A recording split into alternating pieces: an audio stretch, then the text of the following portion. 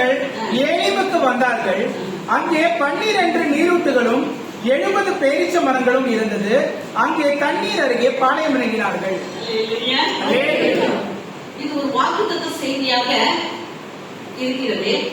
வருஷத்துடைய 6 மாதங்களை கடந்து வந்த நீங்கள், அதுவும் தமிழ்நாட்டின் தலைநகரமா சென்னை பட்டணத்திலே இருக்கிற உங்களுக்கு இந்த வாக்குத்தத்த செய்தியை கண்டிப்பாக நீங்கள் 6 மாதங்களுக்குள்ளாக நிச்சயமாய் கேட்டிருப்பீர்கள். ஆனால் இன்றைக்கு ஆண்டவர் என்னோடு கூட பேசின வார்த்தை இந்த வார்த்தை தான். ஆனபடினாலே இன்றைக்கு ஏதோ ஒரு புதிய கோணத்திலே இன்னும் நாம் இந்த வார்த்தையில, தேவனுடைய வார்த்தையில இருக்கிற ஆழங்களையும் ரகசியங்களையும் ஒருவேளை நாம் நிச்சயமாக பெற்றுக்கொள்வோம் என்ற விசுவாசத்தோடு இந்த வார்த்தையை உங்களுக்கு கொடுக்கிறேன்.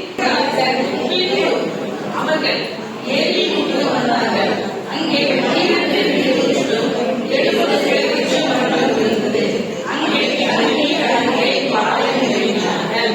அல்லேலூயா. இதிலே நான் வசனத்தை தியானிக்கும் பொழுது பின்பு என்று ஆரம்பிக்கப்பட்டிருக்கிறது. நான் ஆண்டவர்கிட்ட கேட்டேன். எப்படி கேட்டேன்? என்ன ஆண்டவரே, அவர்கள் ஏலிமுக்கு வந்தார்கள் என்று எழுதியிருக்கலாம் அல்லவா? அப்போ இதுல என்ன பின்பு என்று சொல்லப்பட்டிருக்கிறது?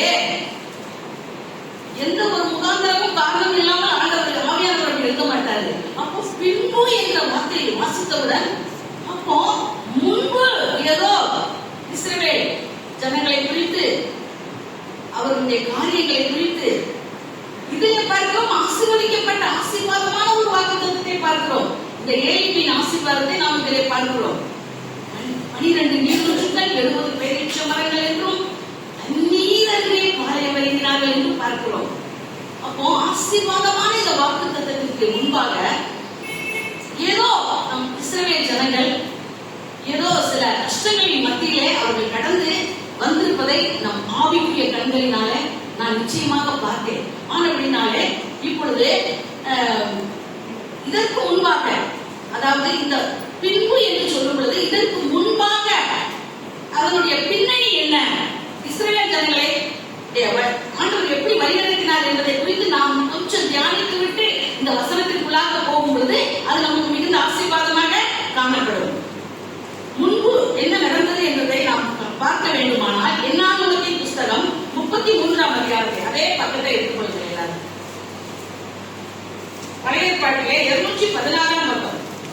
இந்த அதிகாரம் முழுவதும் நாம் ஆவியானவருடைய சார்பில் நம்ம அவருடைய உதவியை கொண்டு நாம் படித்தோமானால் இதிலே என்ன சொல்லப்பட்டிருக்கு?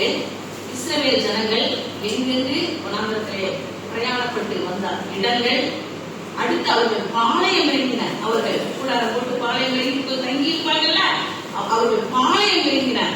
எங்கெங்கெல்லாம் அவங்க பாளையம் இறங்கினாங்க என்கிற அட்டவணையை யார் எழுதினா தெரியுமா? மோசேதான். யார் இந்த ஊழியத்தை முன்னின்று செய்தார்களோ அவரை கொண்டு தேவன் ஒவ்வொரு கிரமமாக ரொம்ப அழகாக இஸ்ரவேல் ஜனங்கள் எங்கெங்கெல்லாம் பிரயாணப்பட்டு போனாங்க, எங்கெங்கெல்லாம் பாளையம் இறங்கினாங்க அழகா எழுதியிருக்கிறார். இஸ்ரவேல் ஜனங்கள் எங்கெங்கு பாளையம் இறங்கினார். அவர்கள் பாளையம் இறங்கின ஒவ்வொரு இடங்களிலும் சில ஆவிக்குரிய காரியங்கள், நம்முடைய வாழ்க்கைக்கு தேவையான, நம்ம சபைக்கு தேவையான ஆவிக்குரிய எத்தனையோ காரியங்களை நாம் கற்றுக்கொள்ளும்படியாக இருக்கிறது என்பதை நான் பார்த்தேன். இப்பொழுது நாம் என்ன பார்க்கிறோம் என்றால், முதலாவது இஸ்ரவேல் ஜனங்கள் எகிப்திலிருந்து விடுதலையாகி எங்கு கானான் தேசத்துக்கு பிரயாணப்பட்டு போய்கொண்டிருக்கிறார்கள். எகிப்து என்றால் உங்களுக்கு தெரியும், இருள், அடிமைத்தனம், பாவத்தின் வல்லமை, அந்தகாரத்தின் வல்லமைகள், பிலிசூனிய வல்லமைகள் எல்லாம் அடங்கும்.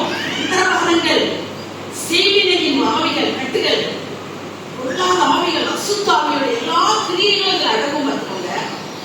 அவர்கள் அதான் எகிப்துங்கிறது அதான். அந்த எகிப்தின் அடிமைத்தனத்திலிருந்து கானானை நோக்கி மோசேயின் தலைமையின் கீழாக அவர்கள் பிரயாணப்பட்டு அவர்கள் போகிறதை நாம் பார்க்கிறோம். அவர்கள் புறப்பட்ட இடம் தான் 3வது வசனத்தை முதலாக நாம் வாசிக்கும் பொழுது அதிலிருந்தே இந்த செய்தியை நாம் ஆரம்பிக்கிறோம். 1ஆம் மாதத்தின் 15ஆம் தேதியிலே அவர்கள் ராமசேசை விட்டு புறப்பட்டார்கள் என்று பார்க்கிறோம். அப்போ முதலாம் அவர்கள் புறப்பட்ட இடம்தான் இந்த ராமசேஸ். இது பாளையம் அல்ல,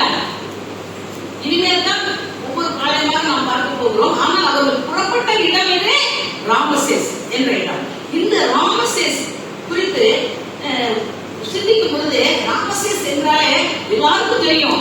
ஆதியாகமத்தின் புஸ்தகம் 47ஆம் அதிகாரத்தை நம்ம எல்லாரும் நன்றாக தெரிந்திருக்கிறோம்.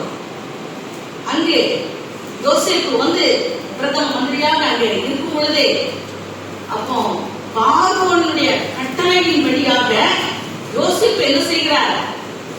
கானான் தேசம், எகிப்து தேசம் எல்லா இடத்திலும் கொடிய கடுமையான பஞ்சத்தின் நிமித்தம் மெலிந்து போய் காணப்பட்ட சூழ்நிலையிலே எகிப்திலே தானியம் விற்கப்படுகிறது என்பதை அவர்கள் நினைத்து வாங்க வருகிறார்கள் அல்லவா? எகிப்தை நோக்கி வரும் பொழுது அங்கு நாம் பார்க்கிறோம். அவர்கள் வந்து அந்த இடத்திலே அவர்கள் ராமசேஸ் என்று சொல்லும் பொழுது, இன்னொன்று ஆதியாகமம் 47ஆம் அதிகாரத்துல 27வது வசனம் என்று நினைக்கிறேன், குறிச்சு வச்சுக்கோங்க. அதற்கு ஒரு மறுபெயர் உண்டு. என்னவே? கோசேன் நாடு. அது என்ன? கோசேன் என்ற நாடு. அப்போ இந்த ராமசேஸ் என்ற கோசேன் நாடு வந்து இந்த நாட்டினுடைய வளமை எப்படிப்பட்ட நாடு என்பதை நாம் இந்த ஆதியாகமம் 47ஆம் அதிகாரத்தை நாம் பார்க்கிறோம். அதுல யோசேப்பு என்ன செய்கிறார்? பார்வோனுடைய கட்டளையின்படி தன்னுடைய தகப்பனுக்கும் தன் சகோதரருக்கும் ராமசேஸ் என்ற கோசேன் என்ற ஒரு எகிப்திலேயே நல்ல நாடாகிய ராமசேஸ் என்ற வளமிக்க ஒரு பகுதியை சுதந்திரமாக யார் கொடுக்கிறார்? பார்வோனுடைய கட்டளையின்படிதான். ஆனால் கொடுக்கிறது யாரு? யோசேப்பு தன் தகப்பனுக்கும் சகோதரர்களுக்கும் தருவதை நாம் பார்க்கிறோம். இதில் உள்ள ஒரு ஆவிக்குரிய அர்த்தம் என்னவென்றால், அவர்கள் எகிப்திலிருந்து கானானுக்கு போக வேண்டும் என்றால் முதல் அவர்கள் எகிப்தின் அடிமைத்தனத்திலிருந்து வரும் பொழுது அவர்கள் புறப்பட்ட இடம் தான் இந்த ராமசேஸ். அப்போ அவங்க புறப்பட்டு வரும் பொழுது அவங்களுக்கு சில ஆசீர்வாதங்களை அவர்கள் இழக்க வேண்டிய, இயேசு கிறிஸ்துவின் நிமித்தம், அவருடைய சுவிசேஷத்தின் நிமித்தம், இயேசு கிறிஸ்துவை சொந்த ரட்சகராய் யார் யார் நம்ம ஏற்றுக்கொள்றோமோ, ஆரம்பத்துல நமக்கு குடும்பத்தின் மூலம் பல வழியில நமக்கு நெருக்கங்கள் உண்டு, பல சத்துருக்கள் உண்டு, பல பேருடைய அன்பை நாம் இழப்போம், பல பேருடைய உதவியை நாம் இழப்போம். இப்படியாக ஆண்டவரே சொல்லியிருக்கிறார் மத்தேயு 19:29, என் நாமத்தின் நிமித்தம் நீங்கள் வீட்டையோ சகோதரர்களையோ பெற்றோர்கள் எதையோ எல்லாவற்றையும் எதை நீங்க என் நாமத்தின் நிமித்தம் நீங்கள் இழக்கிறீர்களோ அவைகளெல்லாம் நூறத்தனையாகவும் முடிவிலே நித்திய ஜீவனையும் நீங்கள் பெற்றுக் கொள்வீர்கள் என்று அவர் சொல்லியிருக்கிறார். ஆனால் எந்த ஒரு விசுவாசியா இருந்தாலும் ரட்சிக்கப்பட்டவுடன் கண்டிப்பாக அவர்கள் இந்த ராமசேஸை கடந்துதான் வர வேண்டும். அவருடைய கண்கள் இந்த கடைசி நாட்களை தேடிக் கொண்டிருக்கிறது. இந்த யோசிப்பை போல இந்த நாட்களிலே எல்லாரும் அந்த தரிசனத்தோடு நீங்கள் எழுப்ப வேண்டும் என்று கர்த்தர் எதிர்பார்க்கிறார். ஆனால் அப்படின்னாலே இப்பொழுது முதல்ல அவர்கள் பாளையம் இருக்கிற இடம் வந்து என்னதுன்னா சுக்கோத்தம். சுக்கோத்தம் என்னது? தற்காலிக கூடாரம். நம்ம இருக்கிற நம்ம வாழ்கிற இந்த உலகம், நம்ம வாழ்கிற வாழ்க்கை, உலக வாழ்க்கை நிலையற்றதல்ல. கூடார பண்டிகை எடுத்து ஆசரிச்சாங்களா அந்த நாட்கள்ல? கூடார பண்டிகை சுக்கோத்து சொன்னா அதுக்கு ஒரு அர்த்தம் கூடார பண்டிகை இன்னும் சொல்லுவாங்க. அப்போ கூடார பேருக்கு ஆபிரகாம், ஈசாக்கு, யாக்கோபு இவங்கெல்லாம் நாங்கள் அரதேசிகளும் பரதேசிகளுமா இருக்கிறோம் உமக்கு முன்பாக ஆண்டவர்கள் அறிக்கையிட்டு முதல் வார்த்தை அப்படித்தான் ஜெபிச்சாங்க. அவ்வளவு தாழ்மையோட இடம் கொள்ளாமல் போகட்டும், வெள்ளியும் பொண்ணும் மாஸ்தியும் மிருக ஜீவன்களும் வேலைக்காரிகளும் அவங்களுக்கு எல்லாம் இருந்தது. இருதயத்தை அவர்கள் அதில் வைக்கவில்லை. ஆனால் தேவைதான், கேளுங்க தருவாரு. ஊழியத்துக்கு தேவை, ஆண்டுடைய ராட்சியம் கட்டப்படணும், தேவைதான். இருதயத்தை நம்ம வைக்கக்கூடாது யாருமே. ஆண்டவர்களால இந்த நாட்களிலே அப்படியாக கர்த்தர் இருக்க நம்ம விரும்புகிறார். இப்ப ரெண்டாவது நம்ம என்ன பார்க்கிறோம்னா, ரெண்டாவது அவர் கடந்து வந்த ஸ்டேஷன் நம்ம பார்ப்போம். ரெண்டாவது இருக்குமா? என்னாகும் 33:6 வசனம். சுக்கோத்திலிருந்து புறப்பட்டு போய் வனாந்தரத்தின் எல்லையில் இருக்கிற ஏத்தாமிலே பாளையம் இறங்கினார்கள். அப்போதும் ஏத்தாம் என்று சொல்லும் பொழுது அது என்னதான்? அடைக்கப்பட்ட இடம். அடைக்கப்பட்ட இடம் பாளையம் இறங்குறது. நீங்க அவங்க கூட போட்டு நிற்க போறாங்க. அப்போ வந்துச்சாங்க ஏத்தாம்ங்கிற இடத்துக்கு. ஏத்தாம் என்பது ஆவிக்குரிய அர்த்தம் என்ன? அங்க கற்றுக்கொள்ள வேண்டிய பாடம் நமக்கு இருக்கு. அது என்ன அர்த்தம்? ஏத்தாம் என்ற அடைக்கப்பட்ட, எல்லாம் அடைக்கப்பட்ட சூழ்நிலை. ஒரு விசுவாசி இப்படிப்பட்ட நிலவரத்துல, நம்ம வியாபாரத்துல, தொழில, படிக்கிற இடத்துல, வேலை செய்யற இடத்துல, எல்லா இடத்துலயும் நமக்கு இப்படிப்பட்ட காரியங்கள் எனக்கு வராது யாரும் சொல்லாதீங்க. ஆண்டுடைய ரூல்ஸ் அண்ட் ரெகுலேஷன் இந்த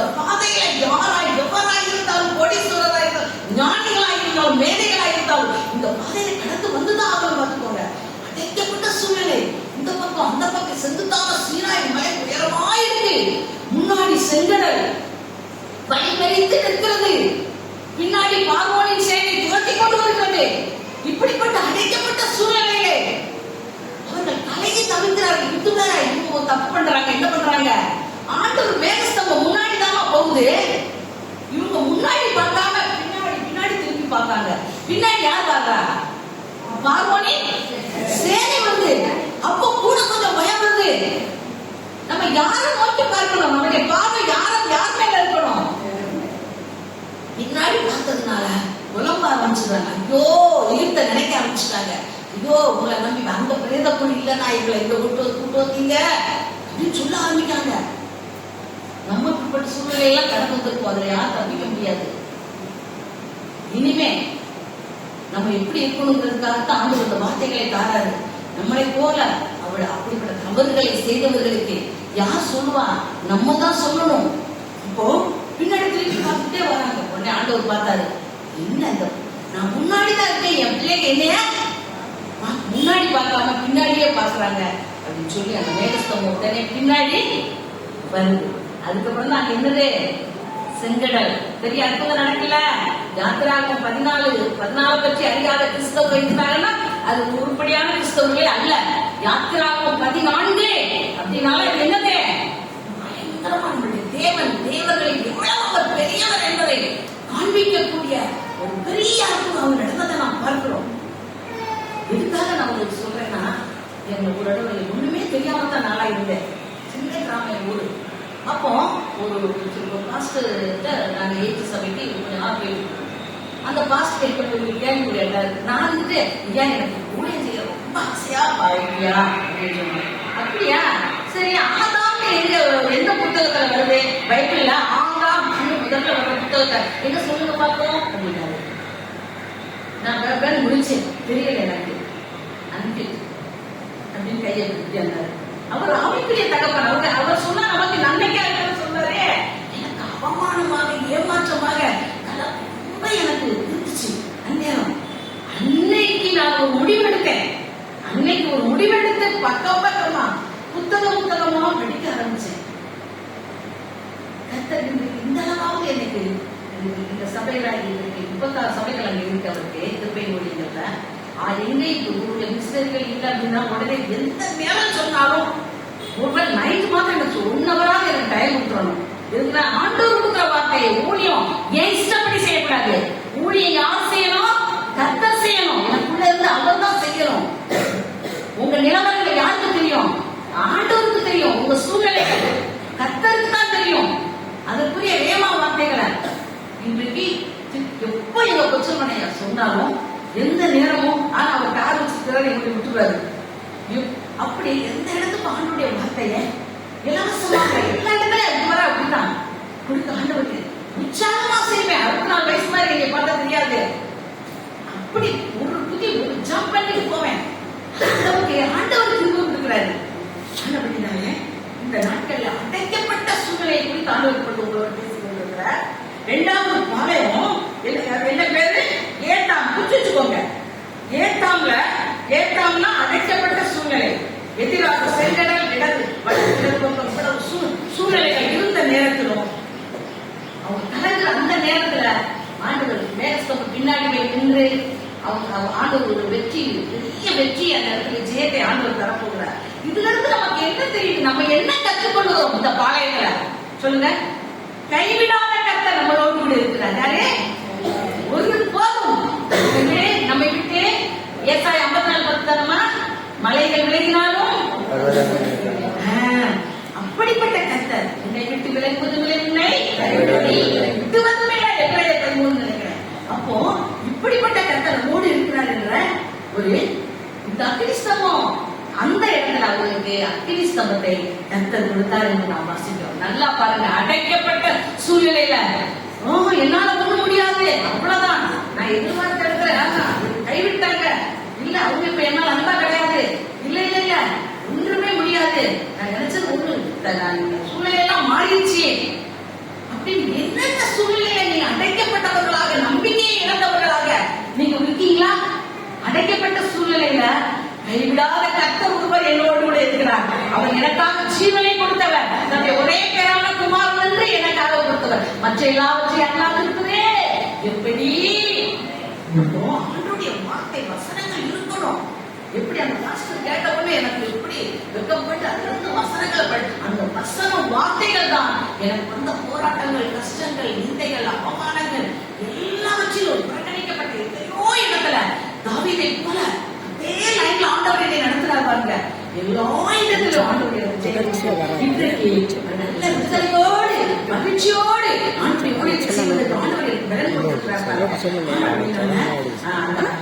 அங்கே அக்கினி ஸ்தம்பமும் மேக ஸ்தம்பமும் அங்குதான் அகலப்பட்டது. ஏற்காட்டுல வீட்டுல போய் வாசித்து பாருங்கம்மா, வீட்டுல போய் வாசித்து பாருங்க. அதாவது யாத்திராகமத்தை 15 படிச்சு என்னாகும் 33ஆம் அதிகாரத்துக்கு நீங்க வந்திருக்கலாம்னா அந்த ஏலிமை பற்றி தான் ஆண்டவர் உங்களோட பேசுறாரு. ஏலிமின் ஆசீர்வாதத்தை பெற்றுக்கொள்வதற்கு முன்பாக இஸ்ரவேல் ஜனங்கள் அவங்க எவ்வளவு கஷ்டப்பட்டாங்க, எவ்வளவு தவறுகள் செய்தார்கள், எப்படிப்பட்ட சூழ்நிலையெல்லாம் போனாங்க. அதே சூழ்நிலையில அதே வழியில தான் இன்றைக்கு தேவனுடைய பிள்ளைகளும் நாம் கடந்து போய்கிட்டு இருக்கிறோம். எதுல நம்ம அவர்கள் மூலமாக என்னென்ன காரியங்களை நாம் கற்றுக்கொள்ள வேண்டும் அதை குறிச்சு வச்சுக்கோங்க. நல்லா குறிச்சு படிங்க. ஆனா அப்படின்னாலே அக்கினி ஸ்தம்பமும் மேக ஸ்தம்பமும் அந்த இடத்தில் தான் அடைக்கப்பட்ட சூழ்நிலையில் வந்து நின்ன அந்த அக்கினி ஸ்தம்பம் மேக ஸ்தம்பம் அவங்க கானான் தேசத்துக்கு போய் சேரும் வரைக்கும் அவர்களை விட்டே விலகவே இல்லை. கோபப்படுத்தினாங்க. அந்த ஜனங்களை அவரை ஆலோசித்து அதனாலே சொல்றாங்க, வழி போன்ற இருதயங்களுக்கு தான் மோசைகளை விட்டு அழிக்க போறேன் அப்படின்னு சொன்னாங்க. அந்த அளவுக்கு அவங்க ஆண்டவர் கோபப்படுத்தினாங்க. பிப்பாச்சுக்குள்ள ஜீவியை என்ன நல்லது செஞ்சாலும் எவ்வளவு அற்புதங்களை செஞ்சாலும் அடுத்த நிமிஷமே நன்றி இல்லாதவர்களாக மறந்தவர்களாக சின்ன சின்ன காரியங்களுக்கு முழுவருக்கிறது, அழுகிறது, ஜபம் குறைஞ்சிருது, வேத வாசிப்பு குறைஞ்சிருது, சர்ச்சுக்கு வர்றது குறைஞ்சிருது. இப்படிப்பட்டதான காரியங்கள் எல்லாம் அவங்களே காணப்பட்டு பார்த்துக்கோங்க. அப்படிப்பட்ட அவர்கள் செய்தாலும் இஸ்ரவேல் ஜனங்களுடைய கானான் தேசம் சேரும் வரை அக்கினி ஸ்தம்பமும் மேக ஸ்தம்பமும் அவர்களை விட்டே விலகவே இல்லை. அல்லேலூயா. மூன்றாவது பக்கமா மடமடை சொல்லி முடிச்சிருந்தேன். மூன்றாவது அவர்கள் பாளையம் இறங்கினார்கள். உங்களுக்கு பிரயோஜனமா இருக்கும், குறிக்கிறவங்க குறிச்சுக்கோங்க. அதாவது என்ன 33:7 வாசிக்க வேண்டாம். அங்கே மித்தோ என்ற இடத்துக்கு வருகிறார்கள். எங்க 33:7 குறிச்சுக்கோங்க. வீட்டு கணக்கெல்லாம் குறிக்கிறோம், பால் கணக்கு, வரவு செலவு கணக்கெல்லாம் குறிக்கிறோம். பேனா இல்லாம ஒரு சின்ன கால் டைரி இல்லாம வராதீங்க, குறிச்சுக்கோங்க. உங்களுக்கு ஊழியருக்கு பிரயோஜனமா இருக்கும். வீட்டு கூட்டத்துல திடீர்னு என்ன பேசுறது தெரிவிக்கிற நேரத்துல ஏதாவது ஒரு பாளையத்தை பற்றி நீங்க பேசிடலாம். அதெல்லாம் எத்தேரம் எழுதிட்டு தான் இருப்பேன். யாரு என்ன நினைச்சாங்க, ஒருத்தர் அப்பா ஒரு மாதிரி பாப்பாங்க, பெரிய என்ன பெரிய ரொம்ப அதெல்லாம் கண்டுக்கவே மாட்டேன். அன்னைக்கு அருள் பிரகாஷ் பாஸ்டர் பார்த்து அன்பிட் சொன்னார் பாத்தீங்களா, அன்றைக்கு எனக்கு வந்த வைராக்கியம் வெறித்தனமாக ஆண்டுடைய வேதத்தை நான் மணிக்கணக்காக படிக்க ஆரம்பித்ததுனால இன்றைக்கு ஆவிக்குரிய பஞ்சத்தை ஏரியாம ஊழியக்காரங்க திடீர் ஓடிட்டாங்க. அதாவது மிஷினரிகள் ரைட்டோட ரைட்டா அங்கிருந்து அந்தகார அசுத்தாவிகள் என்னதான் நினைக்காம விலகி விட்டுருமா. இப்ப அந்த பக்கத்து ஊருக்கு நான் தான் போக வேண்டியது. இப்படிப்பட்ட நேரத்தில் ஒரு யோசேப்பை போல அப்படிப்பட்ட நாட்கள்லாம் வரும். நீங்க ஆயத்தமா இருக்கீங்களா? வேத வசனத்தை சாக்கு பாக்கு சொல்லாதீங்க. கர்த்தர் உலகத்துக்காக, பிள்ளைகளுக்காக, குடும்பத்துக்காக பிரயாசப்பட்டதெல்லாம் போதும். கர்த்தருடைய நாள் கணக்கு கொடுக்கிற நாள் வந்து மூன்றாவது பாளையம் எல்லாம் மித்தோன்னா காவல் கோபுரம், வாட்சிங் டவர் என்று சொல்வார்கள். அந்த நாட்கள்ல எந்த டெக்னாலஜியும் கிடையாதுல்ல. அந்த நாட்கள்ல பெரிய பெரிய டவர் இருக்குமா. அந்த டவர் அந்த டவர்ல நின்று ரொம்ப புகை கொளுத்துவாங்க. அந்த புகையா வரும்ல, அந்த புகையை பார்த்துதான் அவங்க வந்து இந்த இடத்துல வர்றாங்க, அந்த இடத்துல வர்றாங்க அப்படின்னு கணிச்சு அதுக்கு ஒரு அடையாளத்துக்காக அதை வச்சிருப்பாங்க. அதுக்கு பக்கத்துல விக்கிரக கோவில், எகிப்தின் தெய்வங்கள், விக்கிரக கோவில்கள் இல்லாத இடமே கிடையாது பாருங்க.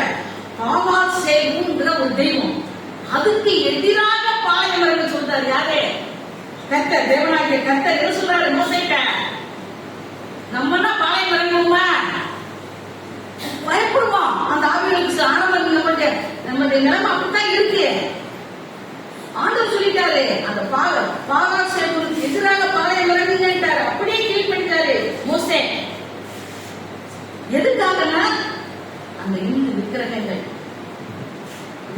மாத்திரமல்ல, அங்க இருக்கிற அசுத்த ஆவிகள், வானம் மண்டல பொல்லாத ஆவிகள், ஏரிய ஆவிகள் இருக்கு, குலதெய்வ ஆவிகள் இருக்கு, இன்னும் மந்திரவாத பிலிசூனிய கட்டுகள், ஊழியர்களுக்கு விரோதமாக யாரு முன்னணியில யாரு நிக்காங்கள கேட்டன் போல யார் ஊழியர் செய்யறாங்களோ, ஆராதனை வீரர்கள் இன்னும் தேவனுடைய ஊழியர்களுக்கு விரோதமாக லிஸ்ட் எடுத்து பேர் எடுத்து எல்லாம் வேலை நடந்துட்டு இருக்கான் சொல்றாங்க. ஒவ்வொரு ஊர்லயும் அப்படிப்பட்ட கணக்கெடுப்பாங்க.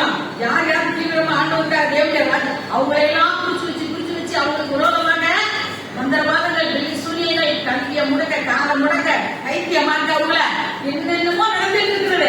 அது இன்னொரு நாளைக்கு அதை புள்ளி வரத்தோடு நான் சொல்றேன். மோகன் சிலாசஸ் எங்களுக்கு சொல்லி இருக்கிறாரு. ஆனதுனாலே ஆண்டு சொன்னாரு, பாகாசேபுக்கு எதிராக பாளையம் இறங்குங்கள் அப்படின்னு சொல்லிட்டாரு. போட்டாச்சு. எதுக்காக? இங்க அவர்கள் கண்காண நானே கர்த்தர் என்பதை அந்த விக்கிரகங்கள், வல்லமைகள், மந்திரவாத வல்லமைகள், பிலிசூனிய வல்லமைகள், அசுத்த ஆவிகள், வானமண்டல பொல்லாத ஆவிகள் எல்லாம் காணணும். எதிரிகள், நம்முடைய சத்துருக்கள், நம்முடைய எதிரிகளுக்கு முன்பாக ஆண்டவர் எப்படி நமக்கு ஒரு பந்தியை ஆயத்தம் பண்ணுங்க சொன்னாரோ, அதுபோல ஆண்டவர் சொல்றாரு, இந்த இடத்துல அவர்களை சொல்றாரு. அதே மாதிரி செங்கடலை கூறு போட்டு பிரித்தார், 12 கூறா பிரிச்சாரு வேத வல்லுநர்கள் சொல்றாங்க. அப்போ அந்த இந்த நாட்கள்ல இருக்காருன்னா கர்த்தர் மேல நம்ம கண்களை பதிக்க நம்ம பழக வேண்டும். இதுல இருந்து நம்ம கற்றுக்கொள்ள வேண்டியது என்னவென்றால், கர்த்தர் மேல நம்மளுடைய கண்களை வைக்க பழகும் பொழுது எப்பேற்பட்ட ஆவியா இருந்தாலும், எந்த பொல்லாத ஆவியா இருந்தாலும், அது அலுவலகத்துக்கு இருந்தா என்ன, அது எப்படிப்பட்ட ஆயுதத்தை வச்சிருந்தா என்ன, நம்ம பயப்பட மாட்டோம். இஸ்ரவேலர்கள் போல நமக்கு முன்பாக போகிற அந்த மேகஸ்தம்பத்தை அவர் முன்னாடிதான் போறாரு. நம்ம தனியா அவர் விடல. அந்த விசுவாசம் நமக்கு வேணும்.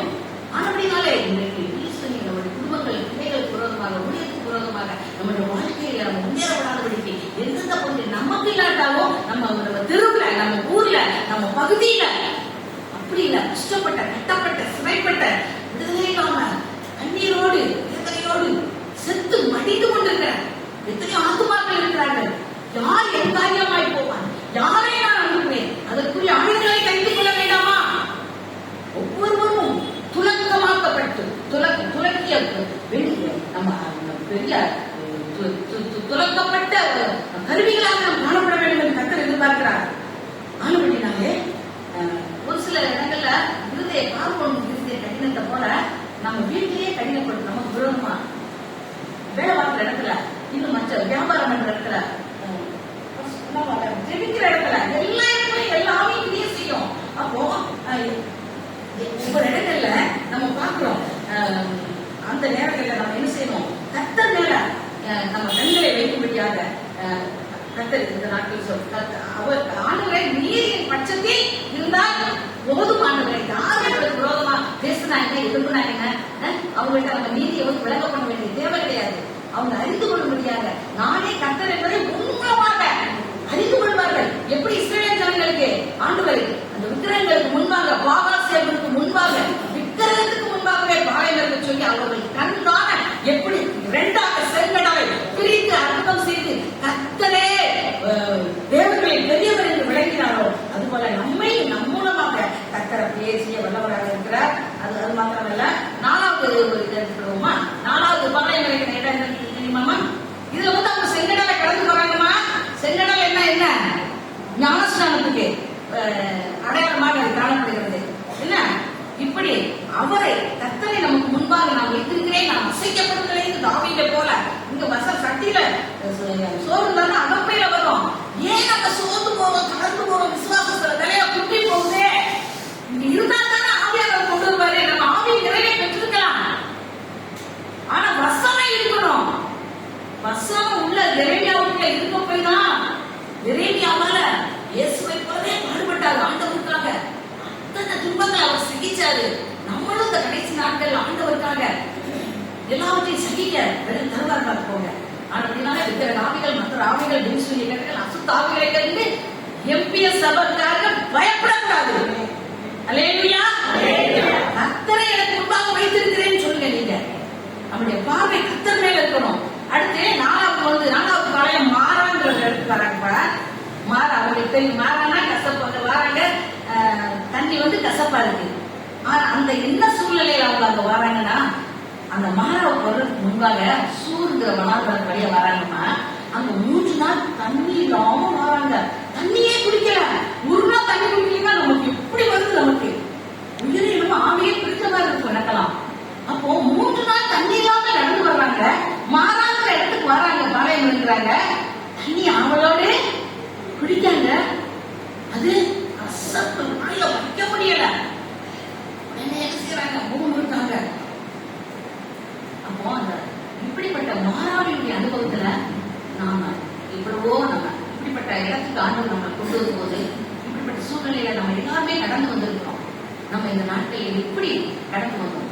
என்ன செய்தோம்? அதே இஸ்ரவேல் ஜனங்களை போலவே தான் நம்ம என்ன செஞ்சிருக்கிறோம்?